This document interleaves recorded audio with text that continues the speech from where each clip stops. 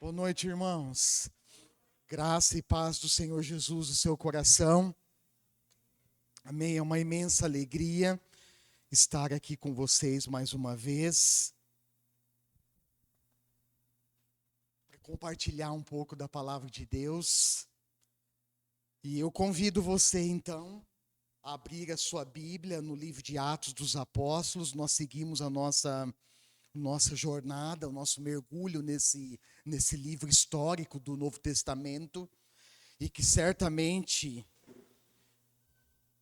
tem muitas lições práticas a ensinar para a igreja nesses dias. Atos capítulo 1.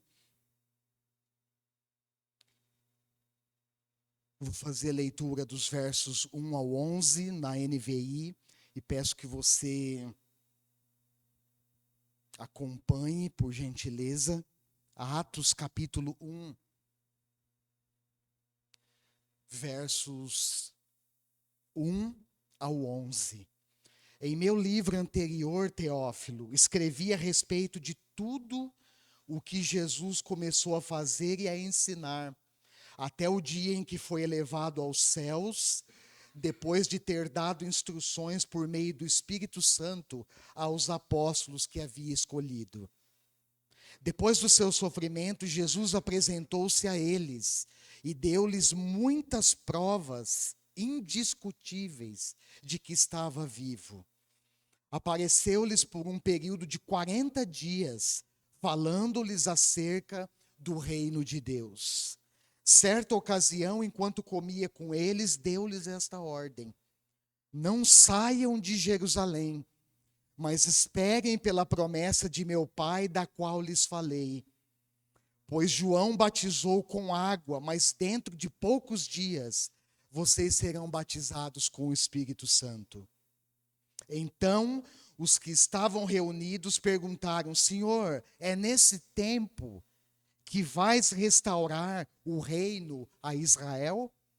Ele lhes respondeu: não lhes compete saber os tempos ou as datas que o Pai estabeleceu pela sua própria autoridade. Vamos ler o 8, versículo 8 juntos? Vamos lá, 1, 2, 3. Mas receberão poder quando descer sobre vós o Espírito Santo, e serão minhas testemunhas em Jerusalém, em toda a Judéia, Samaria e até os confins da terra. Tendo dito isso, foi elevado às alturas. Enquanto eles olhavam, e uma nuvem o encobriu da vista deles. E eles ficaram com os olhos fixos no céu, enquanto ele subia. De repente surgiram diante deles dois homens vestidos de branco, que lhes disseram: Galileus, por que vocês estão olhando para o céu? Este mesmo Jesus que dentre vocês foi elevado aos céus, voltará da mesma forma como o viram subir. Amém. Esse é o texto, irmãos, base da nossa reflexão nessa noite. Na semana passada, o nosso olhar se voltou para Estevão. Eu vou fazer uma breve recapitulação aqui nessa introdução. Nosso olhar se voltou para Estevão. Vocês vão se lembrar de alguns pontos, cujo testemunho registrado por Lucas é impactante. E naquela ocasião a gente viu alguns detalhes. Por exemplo, Atos capítulo 6, verso 8, Lucas registra que Estevão era conhecido entre o povo como um homem cheio da graça, cheio do poder de Deus. E por causa disso, desse poder, dessa graça de Deus que estava sobre ele, ele realizava grandes maravilhas e sinais entre o povo. Aliás, quando nós olhamos para o livro de Atos, inclusive alguns estudiosos sugerem uma mudança de título do livro, ao invés de Atos dos Apóstolos, Atos do Espírito Santo. Porque, na realidade, o que nós vemos acontecer no livro de Atos, dentre as maravilhas, são muitos milagres que Deus está operando por meio do poder do seu Espírito, por meio do seu Espírito. E uma coisa interessante que nós destacamos nessas últimas semanas é um impulso missionário da igreja, não esqueça isso. É um impulso missionário da igreja que acontece, irmãos, fora dessas quatro paredes. Lembrando que no primeiro século aqui da era cristã não tinha mais templo em Jerusalém, eles se reuniam no pátio do templo, e o fato é que eles também se reuniam nas casas. A igreja era nas casas. E nós vimos um pouquinho do resumo da história da igreja Hollins. É muito interessante fazer essa correlação, porque a gente percebe e descobre que a igreja Hollins, ela tem início nas casas, e inclusive essa é uma das realidades aqui da igreja em Três Lagoas, aqueles que são mais antigos, para não falar mais velho, aqueles que são mais antigos vão se lembrar disso. Da igreja tem início numa casa, e a igreja Hollins, espalhada pelo Brasil, tem início nas casas, irmãos. E aqui em Atos, no primeiro século, a igreja se encontrava nas casas. E o fato é que, impulsionada pelo Espírito Santo, há um mover missionário da igreja no mundo. E a gente viu que, por causa da morte de Estevão, vou falar daqui a pouco, desencadeou uma perseguição. E essa perseguição, ela foi benéfica, porque ela dispersa a igreja, que estava concentrada até então em Jerusalém, e os cristãos saem, os discípulos de Jesus saem pelas outras regiões, proclamando o evangelho. E quando isso acontece, há um acréscimo de pessoas, a igreja vai crescendo. Pessoas vão sendo acrescentadas na igreja. E a igreja ganha até um perfil internacional. Pois bem, no entanto, lá no capítulo 7, se você quiser abrir rapidinho aí, Atos capítulo 7, avançar um pouquinho, você vai perceber que essa narrativa feita por Lucas, ela ganha um tom mais dramático, justamente porque ele registra a morte de Estevão por apedrejamento, depois de um longo discurso que ele faz no Sinédrio judeu. Aliás, que discurso, hein? Discurso mais longo que nós encontramos no Novo Testamento, e um discurso muito equilibrado. Não vou entrar nos detalhes, depois você estuda durante a semana o discurso de Estevão, ali no Sinédrio, mas um discurso, irmãos, equilibrado. Um discurso cheio de argumentos teológicos importantes. E que dentre esses argumentos, Estevão estava apontando, estava trazendo a realidade para aqueles homens, a morte e a ressurreição de Jesus. E olha só, quando ele chega lá no versículo 51, o caldo engrossa. Porque aquilo que os religiosos não queriam ouvir é exatamente o que sai dos lábios de Estevão, um homem cheio do Espírito Santo. Olha só, Atos 7:51, povo rebelde, obstinado de coração e de ouvidos. Vocês são iguais aos seus antepassados, sempre resistem ao Espírito Santo. Olha só. Qual dos profetas os seus antepassados não perseguiram?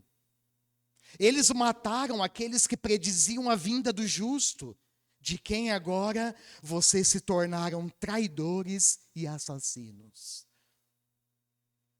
Vocês que receberam a lei por intermédio dos anjos, mas não obedeceram.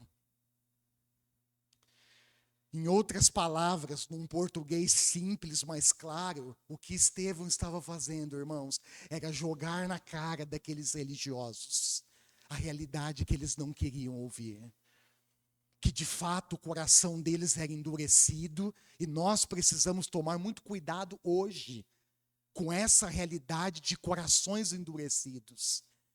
Porque quando nós endurecemos o coração, irmãos, nós corremos o risco de resistir à ação e o mover do Espírito Santo em nós, entre nós e a partir de nós.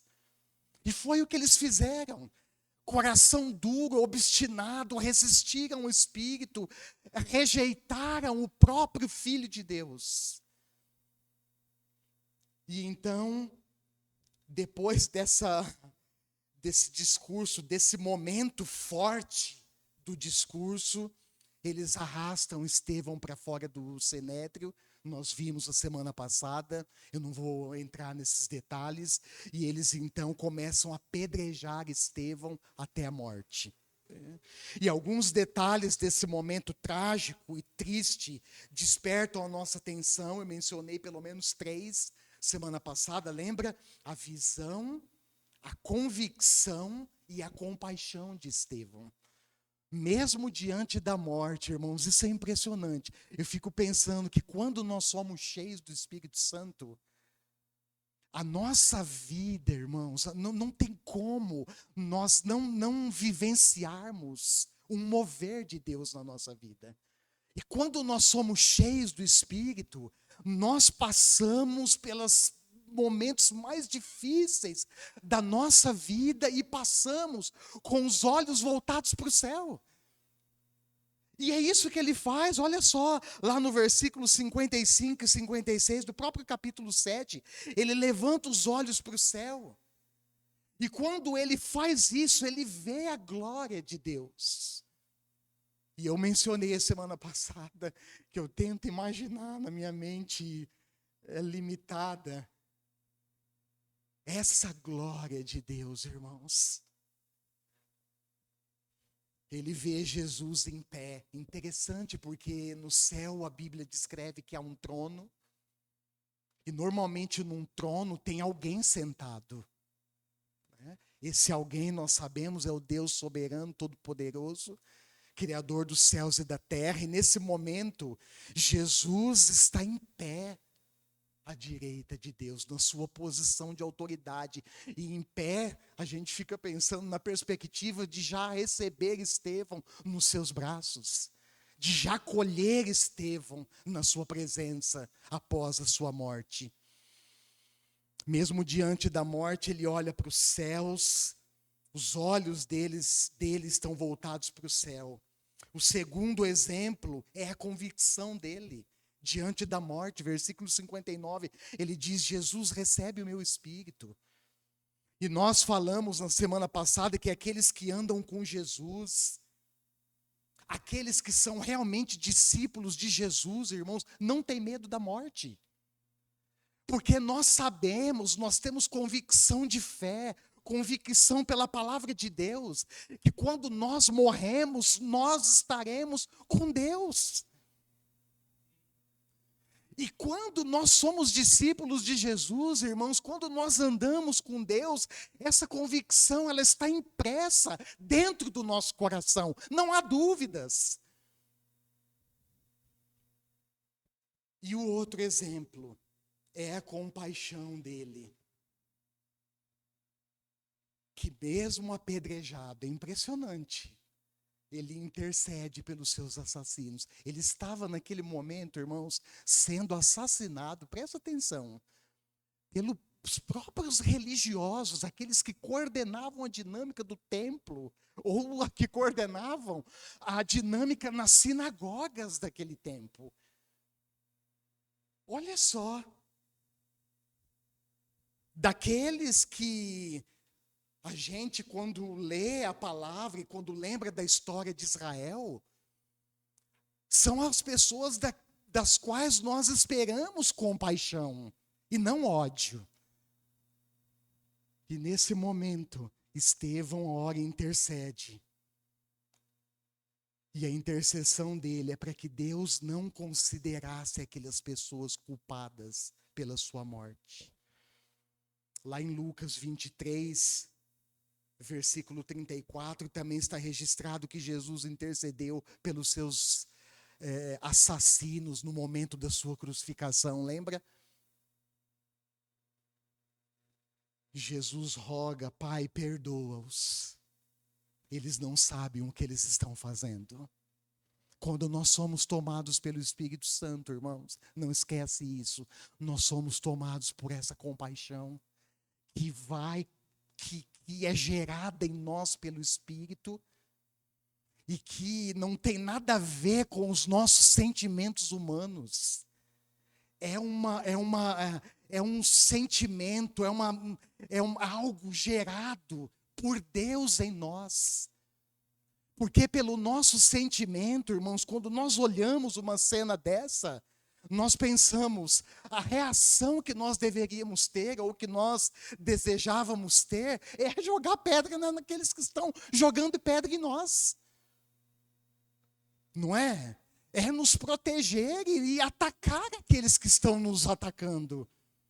Mas o que o texto ensina, o que o exemplo de Estevão e de Jesus ensina, é que quando nós somos cheios do Espírito, tomados pelo Espírito, nós somos tomados por uma natureza espiritual, um sentimento de Deus que nos capacita, irmãos, até suplicar por aqueles que estão nos assassinando, por aqueles que estão nos humilhando, por aqueles que estão nos atacando. E o texto dessa noite, volta lá em Atos capítulo 1. Pode dar mais um enter, Gui, por favor. Tem algumas ênfases da mensagem que eu gostaria que vocês gravassem. A primeira é o batismo com o Espírito Santo e a segunda é que a igreja existe para dar seguimento à missão de Cristo. É basicamente isso que eu vou trazer alguns detalhes essa noite. Esse texto, irmãos, que nós lemos, ele carrega em si algumas particularidades que precisam e merecem ser destacadas. Quando nós olhamos para o texto, nós vemos que a ascensão do Senhor Jesus, ou seja, o seu retorno para o céu, é marcado por duas realidades muito significativas na vida dos discípulos de Jesus. Aliás, essas duas realidades que eu estou apontando a partir do texto, elas continuarão acompanhando a igreja até o final da sua jornada. E a primeira realidade é o batismo com o Espírito Santo, que é um batismo de poder, irmãos. Presta atenção nisso. É um batismo de poder sobre todos os discípulos de Jesus. Amém? Lucas narra aqui, no comecinho, que João Batista praticava o batismo com água ou em água. A pessoa era totalmente imersa nas águas. E aquele batismo praticado por João Batista no deserto da Judéia é um batismo que simboliza o início de uma jornada, o início de uma trajetória daqueles que professam e que confessam sua fé em Jesus. Isso precisa ficar bem nítido no nosso coração, no nosso entendimento. O batismo na água, irmãos, é um batismo de arrependimento. É quando nós reconhecemos diante de Deus os nossos pecados. É quando nós reconhecemos diante de Deus que Cristo Jesus é a minha salvação e só nele eu encontro salvação. É quando o ser humano reconhece diante de Deus e não reconhece por si próprio, mas reconhece por um mover do Espírito, por um agir do Espírito pela palavra de Deus, que tira a escama dos nossos olhos e então nos leva ao entendimento correto. E nos leva a reconhecer a nossa natureza pecaminosa diante de Deus. E se nós continuarmos na prática desse pecado, nós sofreremos as consequências.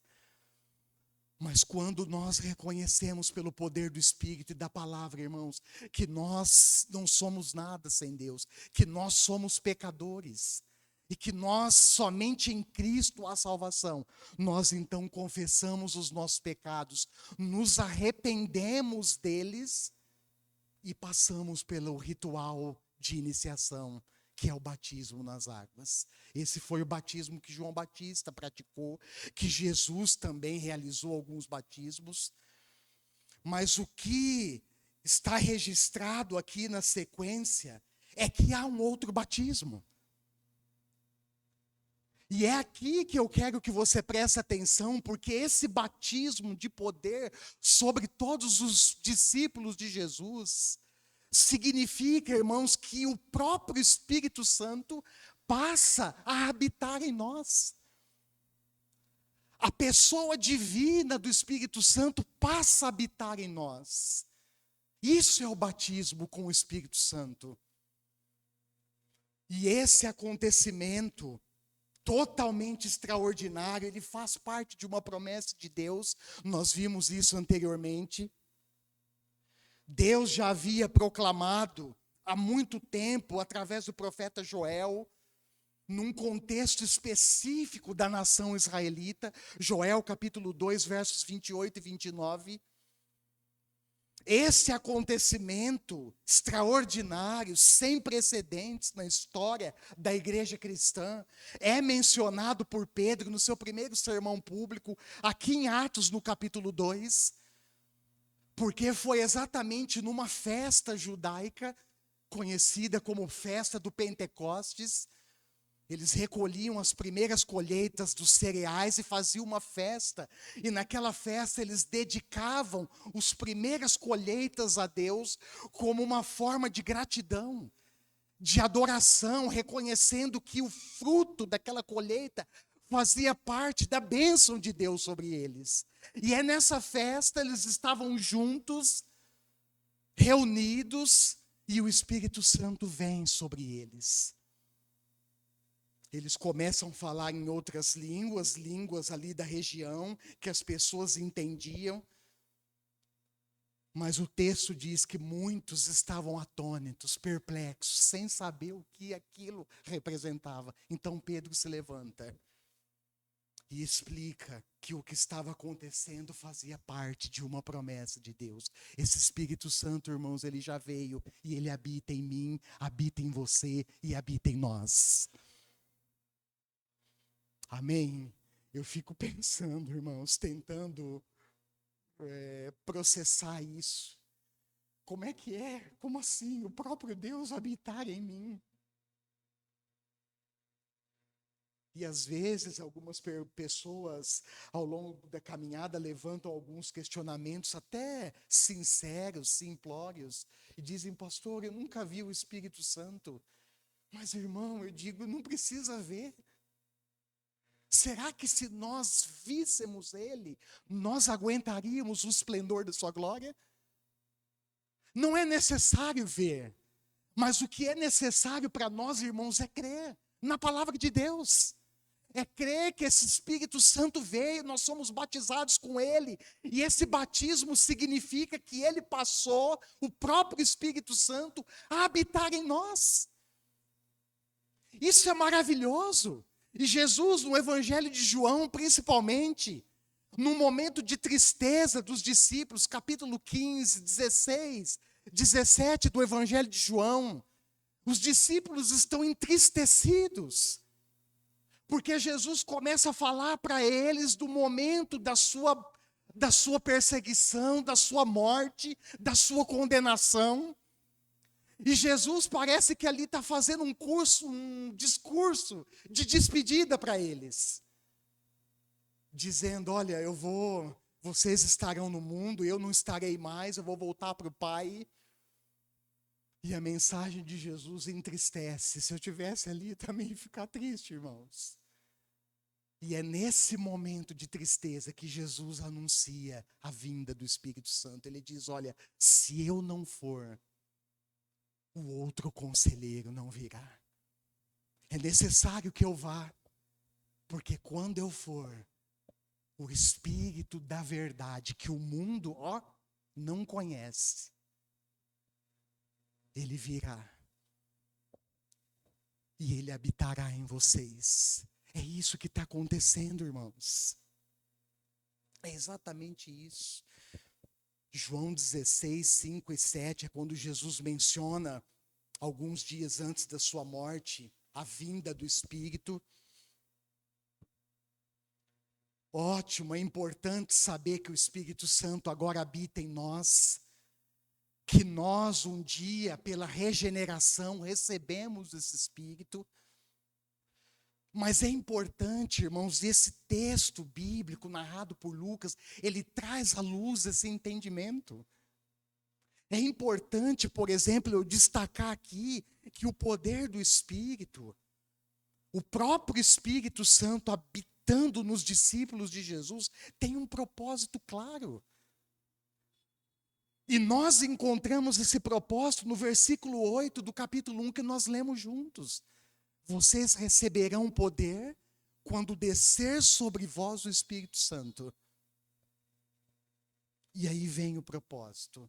Para quê? Por que que o Espírito Santo habita em você?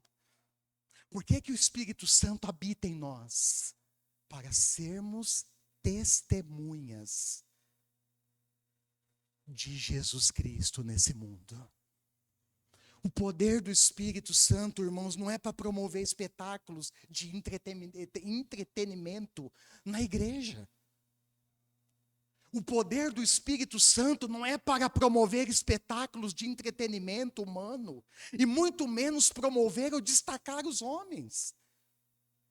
E é tão legal isso, ter esse entendimento bíblico correto, porque isso nos coloca na nossa devido lugar, irmãos. Lembra da cura do aleijado de nascença no templo, na porta do templo? Quando Pedro e João estão entrando, Atos capítulo 3, nós falamos um pouquinho disso nesses dias, lembra? E eles passam o aleijado pedindo esmola, e Pedro diz, olha, dinheiro, prata ou ouro nós não temos. Mas o que nós temos, nós te damos, em nome de Jesus Cristo Nazareno, levanta e anda. E aquele homem levanta, irmãos. O poder do Espírito Santo se manifesta na vida dele. Ele é curado imediatamente. Dá um salto, começa a acompanhar Pedro e João. Se apega a Pedro e João. O povo, a multidão vê aquilo e fica vislumbrada, porque aquilo, milagres são extraordinários, irmãos. Aliás, milagres não acontecem a qualquer hora. Mas quando eles acontecem para que o nome do Senhor seja glorificado. E as pessoas começam a correr atrás de Pedro e João, achando que o poder era deles. E eles dizem, olha, fomos nós, mas foi o poder de Deus que curou esse homem. Então o poder do Espírito, irmãos, é para nos capacitar na missão. E nós não podemos esquecer disso. E o segundo ponto, ainda tem vários detalhes, mas por causa do tempo eu vou tentar avançar um pouquinho. E a segunda realidade que nós não podemos perder de vista e que vai acompanhar a igreja até o final dos séculos, até a volta de Jesus, é a realidade da identidade e do propósito da igreja. A igreja existe, irmãos, para dar sequência na missão de Deus nesse mundo. Quando nós olhamos para a vida dos apóstolos, e quando nós olhamos para o final do primeiro século da era cristã, nós vemos que não existem mais apóstolos vivos. Todos eles estão mortos, e segundo a tradição cristã, o último dos apóstolos a morrer de causa natural foi o apóstolo João, que inclusive estava exilado na ilha de Pátimos. Foi lá que ele teve as revelações de Deus e escreveu o livro de Apocalipse. Mas o fato é, irmãos, que a morte dos discípulos, não esqueça isso, a morte dos apóstolos, ela não dá fim à missão. Quando nós olhamos para o texto bíblico, nós vemos uma igreja crescendo. Está aqui o livro de Atos, nós estamos estudando ao longo dessas semanas. Então, quando os apóstolos morrem, não há um fim na sequência da história. Pelo contrário, Deus está levantando pessoas. E Deus está enchendo essas pessoas com o seu Espírito Santo. Porque é o poder do Espírito que nos capacita para a missão. E isso mostra para nós, irmãos, que a história, ela continua. Por isso que eu fico emocionado todo domingo quando eu vejo esse vídeo dos 100 anos da igreja. Porque o que vem na minha mente, no meu coração, claro, estampado, nítido, é que a história continua. E nós, eu e você, olha para a pessoa que está do seu lado, fala para ela assim: você, meu irmão, faz parte dessa história.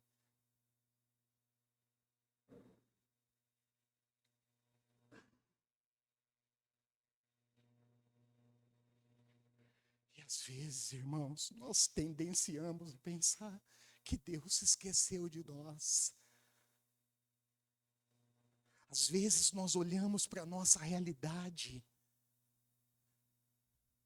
e talvez pensamos: bom, o que eu já fiz no passado foi importante, hoje não tem mais importância. Não, Deus conta conosco. Você recebeu o Espírito Santo, meu irmão e minha irmã. Ou seja, você tem o poder de Deus sobre você, que capacita para continuar a missão. E essa realidade, irmãos, ela vai nos acompanhar até o fim da nossa jornada.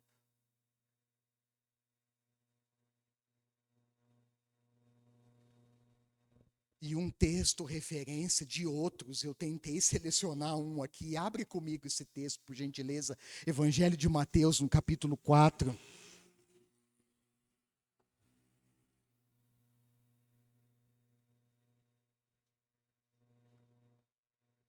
Mateus 4, versos 18 ao 22, vai deixar evidente para nós que essa missão continua. E Atos, o texto que nós lemos, e as sequências dos capítulos de Atos, vão nos mostrar, vão deixar evidente para nós que a missão continua conosco.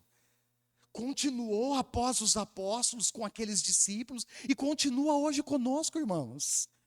Olha só, a igreja, esse texto e outros dos evangelhos fundamentam essa realidade de que a igreja existe para dar sequência à missão de Cristo. E isso acontece a partir do chamado de Deus. O chamado de Deus para as pessoas. Porque quando Deus nos chama, Ele nos capacita. Nós não estamos sozinhos nessa jornada, irmãos. O Espírito Santo habita em nós, o poder de Jesus constitui a base, a autoridade de Jesus constitui a base para a gente continuar a missão. Só que Deus, Ele não só nos chama, Ele nos capacita, mas Ele também vai nos formando ao longo da caminhada. E chega num determinado momento que Ele nos envia. Olha só esse texto, Mateus 4, 18 ao 22.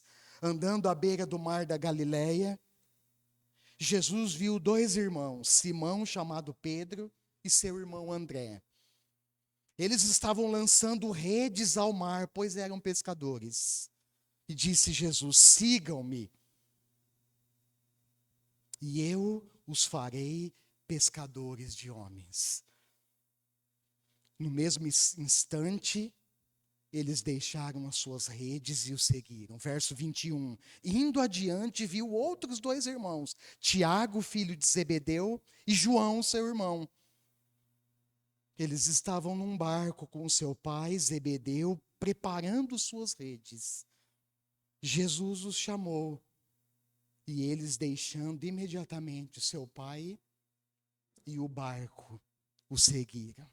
Algumas coisas, irmãos, impressionantes desse chamado, eu quero deixar registrado para vocês. Primeiro, seguir Jesus, se engajar no seu projeto de alcançar homens, tem um alto custo. Quando Deus nos chama, irmãos, Ele nos chama com um propósito. Você crê nisso? Preste atenção, meu irmão, minha irmã. Deus não chama ninguém para ficar na plateia assistindo o jogo. Deus nos chama e nos envia em missão. Deus nos chama com um propósito muito bem estabelecido, irmãos. Jesus tem um projeto revolucionário para aqueles que querem segui-lo. Só que quando nós ouvimos o chamado de Deus para entrar, para ingressar no seu projeto de alcançar vidas, nós precisamos lembrar, irmãos, que isso exigirá de nós um alto custo. Envolve não somente ouvi-lo, mas decidir seguir Jesus. E eu falei aqui a semana passada, seguir Jesus, irmãos, não é ficar com o pé em cima do muro. Não é ficar com o pé em duas canoas ao mesmo tempo. Mas seguir, ouvir Jesus e decidir segui-lo é de fato ingressar nesse projeto. É de fato mergulhar no chamado de Deus e obedecê-lo, irmãos. O segundo ponto que eu destaco aqui é que esse alto preço, lá em Lucas 9, 23, você vai ver isso, envolve a renúncia, envolve a autonegação, envolve ingressar num caminho difícil, num caminho sem volta. E muitas vezes, irmãos, nós seremos hostilizados. Nós seremos perseguidos, enfrentaremos resistência, rejeição, humilhação, ódio e até a morte. Essa não é a nossa realidade no Brasil por enquanto, mas vai ser um dia, irmãos. Eu olho para o texto e o que eu vejo são homens simples, mas que obedeceram o chamado de Jesus. Isso é maravilhoso, não é? Pedro e André deixaram o barco e a rede.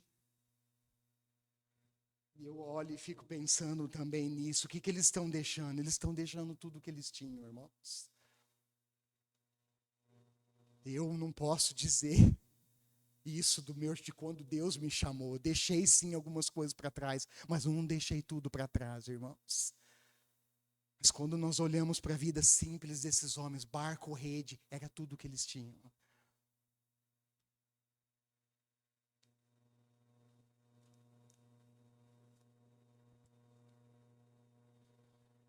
Pedro e João, Tiago e João, deixam a rede, o barco e o próprio pai. Que coisa, né?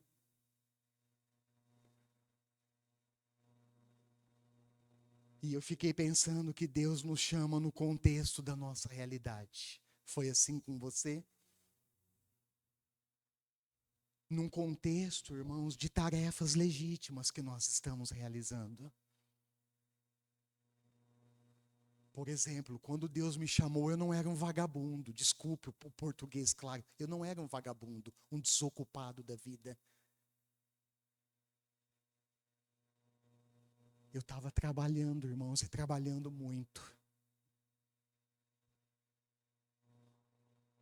Mas Deus me chama dentro do meu contexto, dentro do seu contexto, onde nós estamos trabalhando, realizando tarefas legítimas. E eu fiquei pensando, por que será que Deus faz isso? E uma das respostas que veio, irmãos, no meu coração, é que Deus faz isso para nos ensinar que o projeto dele para nós é maior. Que o que ele tem para nós vai além daquilo que nós mesmos podemos imaginar. E daquilo, pensa nesses discípulos, irmão, Jesus passa, eles estão na rotina, Jesus chama, eles deixam barco e rede e segue. Pensa na realidade desses homens, o que surgiu na mente, quais foram os pensamentos, quais foram os questionamentos, quais foram as dúvidas. E quando Deus me chamou foi assim. E eu ficava questionando e pensando, como será? Como assim? Seguir, eu deixo o trabalho, eu deixo a minha família. Como que é esse negócio, Senhor? Mas o que eles fazem, irmãos? Eles deixam tudo para trás. Sabe por quê? Com certeza, com dúvidas, porque naquele momento, irmãos, Pedro, André, Tiago, João, não tinha a mínima noção de quem era Jesus. Como é que você segue alguém que aparece na sua casa, bate na porta, vem e me segue, Raquel, vem e me segue, Sueli, vem e me segue, Rui, vem e me segue, Douglas.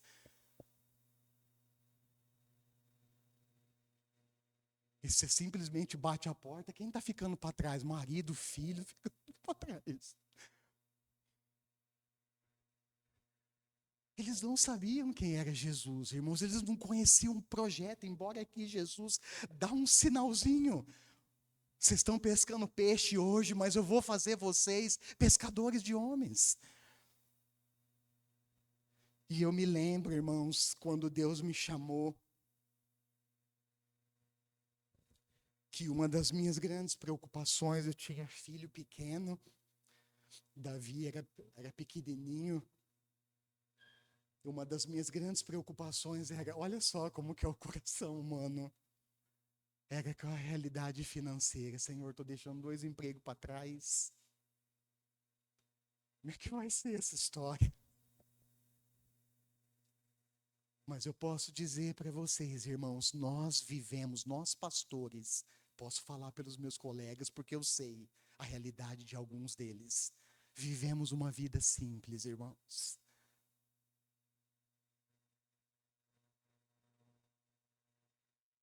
Isso é seguir Jesus. Esses dias eu estava com uma vontade de tomar um milkshake, fazia tempo que eu não tomava. Só que eu estava apertado. Não dava, irmãos. Mas eu me lembrei de uma coisa, sabe do quê? Fidelidade de Deus. Deus é fiel, irmãos. Ele nunca deixou faltar nada de necessidade, nunca. Pelo contrário, às vezes a gente recebe uns agrados. E eu sei que esses agrados vêm de Deus. Irmãos, Deus é fiel. Só que seguir a Cristo, não esqueça isso, implica mudar nosso jeito de viver, irmãos. Implica mudar nossa estrutura familiar. As coisas que eu estava acostumado lá atrás, eu não posso mais. Mas o que Jesus está mostrando aqui é que segui-lo, é que o projeto que ele tem para nós é maior do que nós podemos imaginar.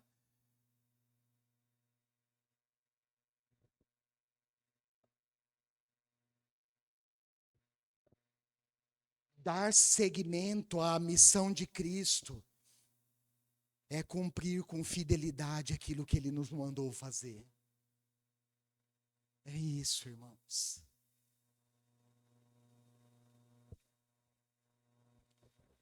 Nós vimos alguns dias atrás, essa missão envolve pregar o evangelho a todas as pessoas, mas essa missão também envolve fazer discípulos.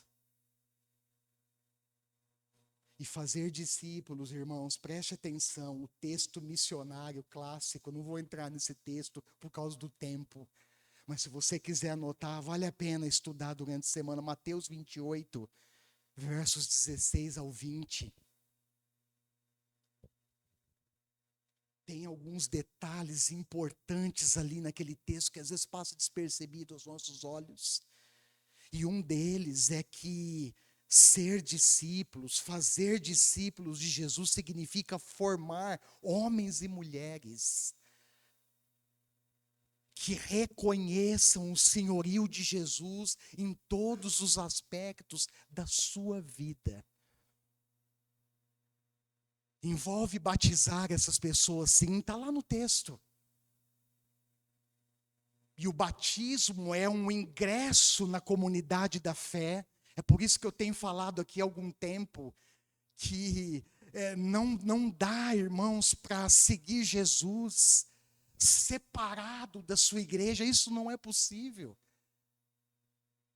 Porque aqueles que são discípulos, que seguem Jesus, ao se batizar, automaticamente eles são inseridos na comunidade de fé, que é a sua igreja. Mas nós estamos vivendo um tempo tão obscuro, tão maluco na história do mundo e da igreja, que hoje nós ouvimos até no meio evangélico isso, que não para batismo, para quê? Igreja? Quem falou de igreja? Para que igreja?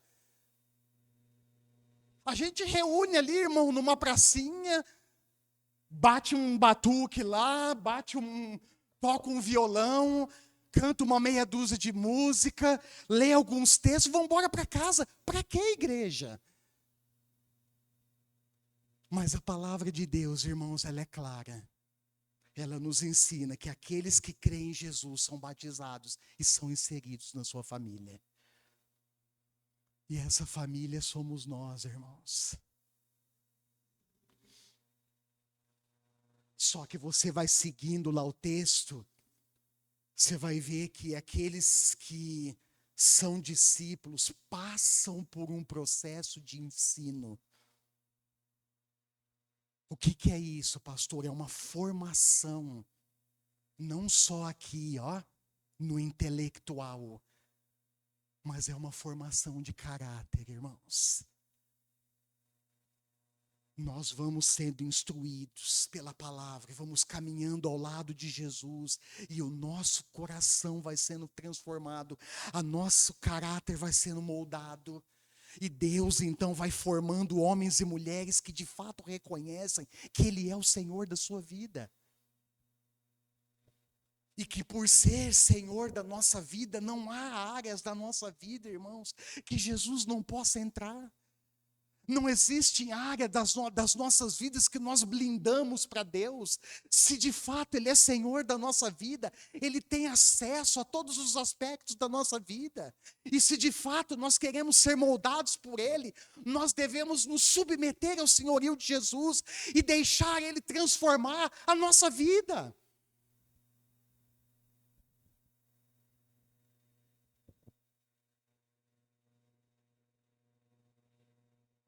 Ser discípulo, irmãos, é estar disposto a obedecer a Cristo em tudo.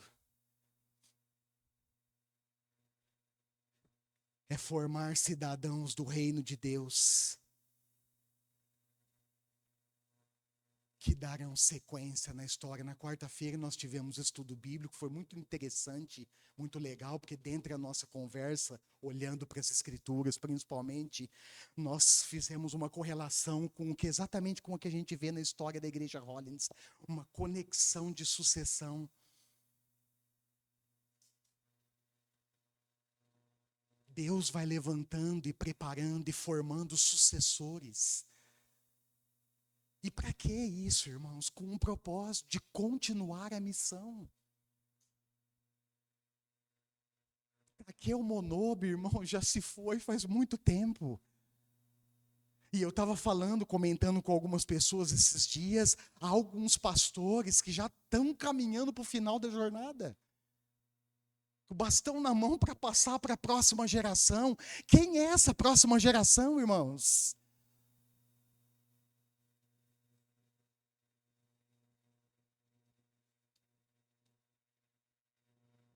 Somos nós. A gente vê no vídeo passando rapidinho, né? 1925, 26, 27, 30, daqui a pouco chega 2025. 100 anos de sequência da história de Deus. Sabe por quê? Porque a história de Deus ainda não terminou, irmãos. ainda não terminou. Tem muito trabalho pela igreja, para a igreja aí pela frente. Tem muito trabalho, irmãos.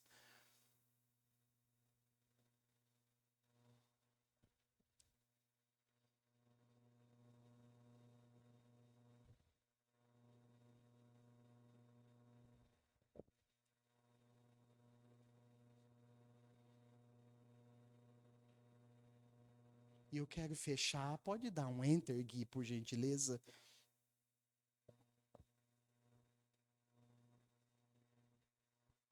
Isso. Afirmando que a gente não pode perder de vista, irmãos, a nossa identidade e o nosso propósito.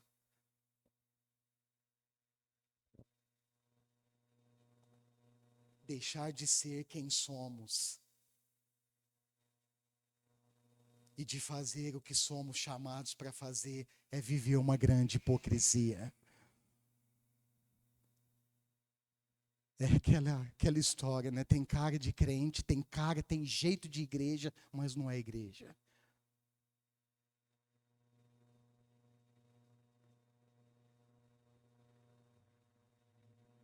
É sustentar uma falsa identidade. E eu fiquei pensando, durante quanto tempo se sustenta uma falsa identidade? Será que isso dura muito tempo, irmãos?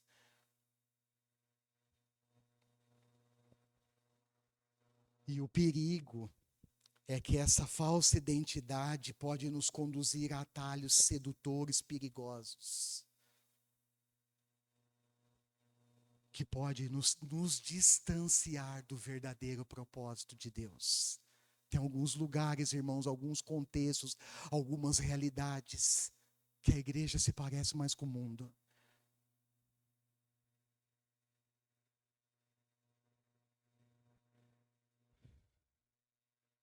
As palavras de Jesus no Sermão do Monte para os seus discípulos é um grande alerta para a igreja hoje. Olha só, Mateus 5,13. Se o sal perder o seu sabor, como restaurá-lo? Não servirá para nada, exceto para ser jogado fora e pisado pelos homens. Perder a identidade e o propósito acarretaria numa comunidade totalmente desconfigurada, deformada, disfuncional. A igreja não pode existir para si mesma. A igreja não foi chamada e instituída para viver escondida dentro das quatro paredes, irmãos. Jesus diz, o mesmo Sermão do Monte, ninguém acende uma candeia e coloca debaixo de uma vasilha. E quando nós olhamos para o ministério de Jesus, algumas coisas, irmãos, que nós percebemos e podemos aprender. Primeiro, é que o ministério dele não ficou restrito à sinagoga. Aí você pode olhar nos evangelhos e falar para mim, pastor, mas Jesus estava acostumado a estar nas sinagogas. Sim, todo sábado, provavelmente ele estava presente numa sinagoga. Mas o ministério dele foi muito além disso, irmãos. Jesus colocou os pés na estrada. Entrou nos povoados. Teve contato direto com as pessoas. John Wesley disse que a fé cristã é uma fé social e tentar reduzi-la à solidão é o mesmo que matar, que sufocar essa fé. E quando nós olhamos, ele tem razão, irmãos, porque quando nós olhamos para os evangelhos, para o ministério de Jesus, o que nós vemos é Jesus com o pé na estrada, é Jesus se relacionando com pessoas, é Jesus tendo contato direto com as pessoas, com as suas necessidades. Quer ver? Abre comigo aí Mateus, você está aberto em Mateus ainda, olha o capítulo 9. Jesus vai por toda parte anunciando arrependimento, anunciando a chegada do reino de Deus. Olha esse texto que interessante, Mateus 9, 35 em diante. Jesus ia passando por todas as cidades e povoados, ensinando nas sinagogas, pregando as boas novas do reino de Deus e curando todas as enfermidades e doenças. Ao ver as multidões, teve compaixão delas, porque estavam aflitas e desamparadas, como ovelhas sem pastor. Então disse aos seus discípulos: a colheita é grande, mas os trabalhadores são poucos. Peçam, pois, ao Senhor da colheita que envie trabalhadores para a sua colheita. Deus continua chamando homens e mulheres para a missão, irmãos. E ouvir o chamado de Jesus e decidir segui-lo nos conecta num caminho de grandes desafios, de grandes responsabilidades. Ser discípulo de Jesus, irmãos, dentre muitas coisas, significa obedecer às suas ordens. Significa abraçar um projeto de vida, eu falei aqui, revolucionário, que estabelece uma contracultura em relação ao mundo à nossa volta. Ouvir o chamado de Jesus, ser discípulo dele, irmãos, nos confronta no nosso próprio estilo de vida. Porque vai chegar um momento da caminhada que Deus vai começar pelo Espírito Santo e pela palavra tocar em algumas áreas da sua vida. E Ele faz isso, irmãos, para nos corrigir. Ele faz isso para nos conectar plenamente ao seu propósito. Não resista ao Espírito Santo. Não resista ao chamado de Deus na sua vida. Mas se entregue em obediência.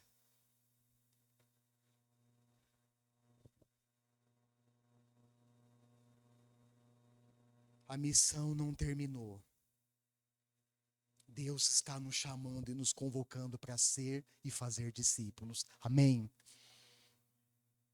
E aí eu deixei uma pergunta no final. Você está decidido a seguir Jesus?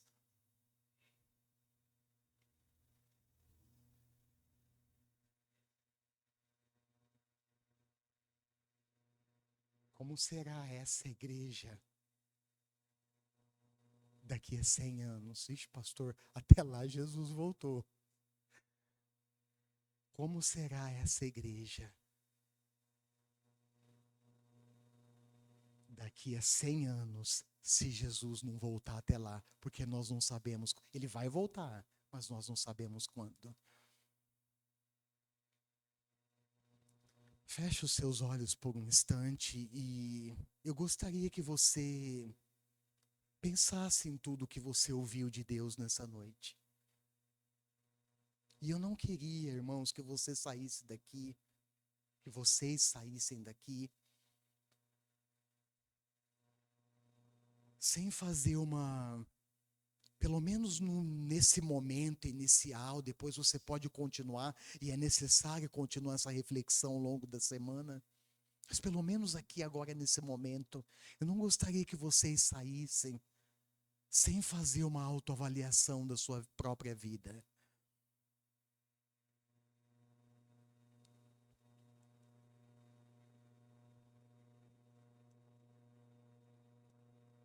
Sem que você, por um instante, começando aqui a se estender depois, mas que você pensasse, refletisse no chamado de Deus para você um dia. Eu não gostaria que vocês saíssem daqui sem lembrar, por exemplo, que você foi chamado por Deus, está sendo formado e enviado. Onde nós estamos, irmãos? Nós não precisamos ser enviados para outro lugar do mundo, mas nós somos enviados onde nós estamos. Nós somos comissionados dentro do nosso próprio contexto para sermos testemunhas de Jesus, para anunciar o Evangelho, para ser um discípulo de verdade e para fazer discípulos de verdade. E eu gostaria que você pensasse nisso.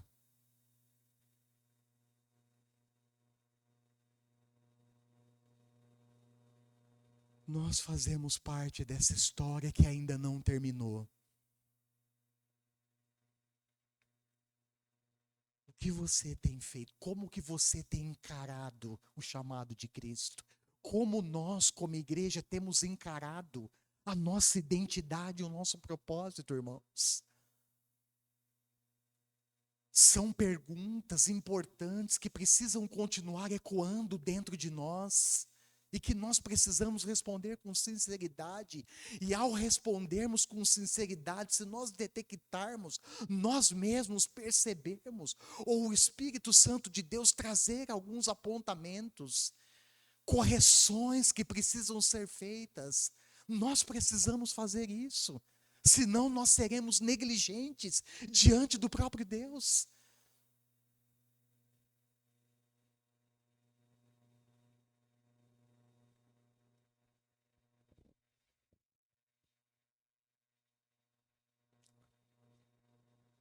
Senhor, obrigado por tua palavra. Gostaria que você, depois de pensar, de fazer essa autorreflexão, que você orasse a Deus agora. Coloque a sua vida diante dele. Se apresente a ele. Senhor, obrigado por tua palavra eterna, verdadeira. Espírito Santo, obrigado por essa jornada que o Senhor nos inseriu e tem nos conduzido. De fato, nós precisamos, eu tenho orado e clamado por isso, a nossa geração precisa do teu mover.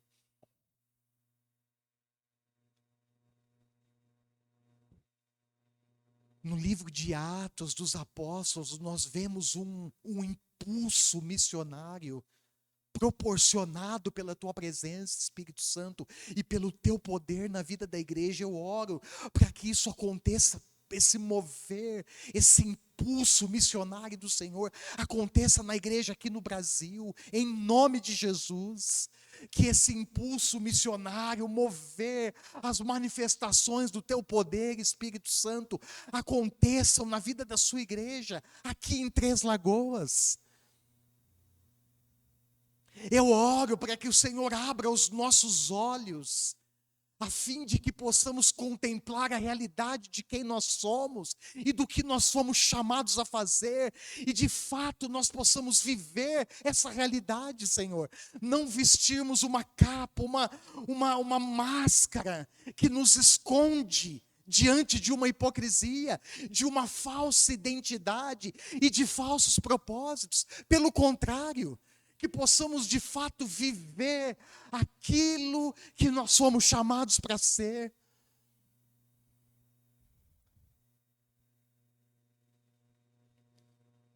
E que isso, Senhor, seja uma realidade.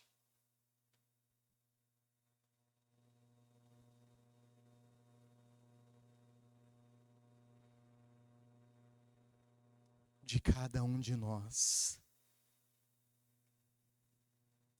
Uma realidade nossa, uma realidade da sua igreja, aqui no Brasil e espalhada pelo mundo. Em nome de Jesus. Amém. Amém. Irmãos, eu quero encerrar, mas antes disso eu queria dar alguns avisos, e antes dos avisos eu quero deixar uma mensagem para aqueles que depois vão acompanhar pelo canal do YouTube. Que Deus te abençoe, que você seja encorajado pela palavra de Deus. Deus os abençoe.